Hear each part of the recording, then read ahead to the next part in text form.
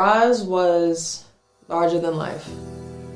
If I had to describe Rosylin Weston, my wife, in a word, amazing. She was engaging. She was a very uplifting and inspiring person as well. She filled a room without even saying a word. When she walked in, everybody knew she was there. She covered the ground that she walked on. And when she spoke, everybody listened.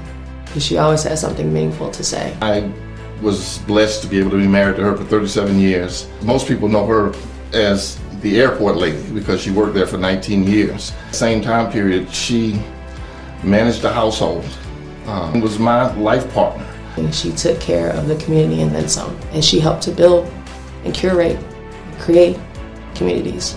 Working at Southside High School, working with the Urban League, the NAACP, the Diaper Bank. And she helped raise two wonderful, decent human beings, Nelson and Mackenzie. She developed her cancer in 2015. She referred to herself as a conqueror. She was a conqueror, as she called herself. She never called herself a victim. She never took the position of, why me? She always woke up grateful for every day in and of itself, but she also talked about how she was a conqueror until the very end. She lost her hair, for instance.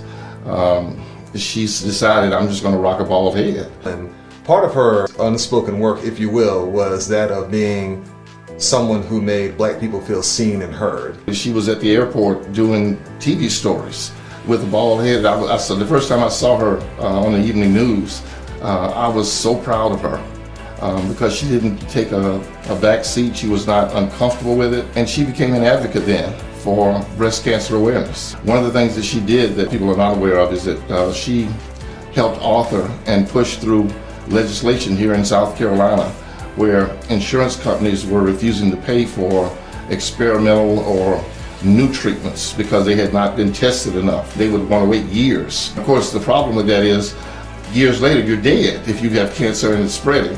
And she helped put forth legislation that required insurance companies to pay for some of these treatments. Everything she did, she wanted to impact. She wanted to make a difference, and she did. You know, she made said impact and said differences. Black people, and really minorities as a whole, oftentimes when they're diagnosed with critical diseases, it's not just cancer, but it could be anything really. People just simply either don't want to talk about it, they try to ignore it, or they kind of make it hush-hush, if you will. But in her case, it was the complete opposite. She really used it as a teachable moment, not just for black women who are susceptible to breast cancer at an alarming rate, but also for black people and really people of color as a whole. So I would argue one of the defining elements of her legacy, it wasn't just being the airport lady, it wasn't just being a black pioneering figure in the black community, it was also someone who really highlighted the difficulties that we as a black people face oftentimes, but also not to shy away from it, not to run from it, but to really face it head on. We don't talk about cancer, particularly breast cancer, particularly metastatic breast cancer, enough.